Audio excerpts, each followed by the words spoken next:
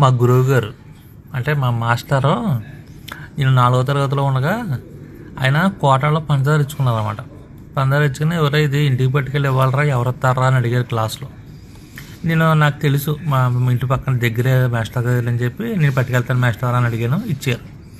అది భుజాన్ని వేసుకుని కొంచెం దూరం నడిచి పరిగెడతా వెళ్తే కొంచెం పందాలు ఒడిగిపోయింది.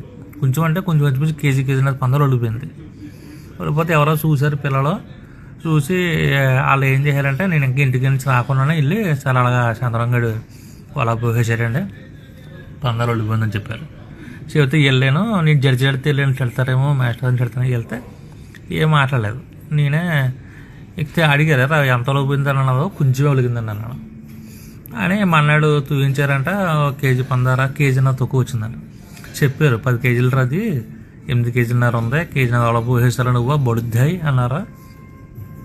లేదండి మాస్టర్ అండి తప్పు అయిందండి, ఇలా పరిగెట్టేసానండి అంటే, నీది కాదురా తప్పు, నువ్వు అంత మొయ్యగలదో లేదో, అంత దూరం పట్టుకెళ్ళగలదో లేదా అని అనుమానించకుండా నువ్వు లేచిన నీకు ఇచ్చేయని చూసావా, అది నాదే తప్పురా, నేను తప్పెడతాను సరిపోను నేను అన్నారు.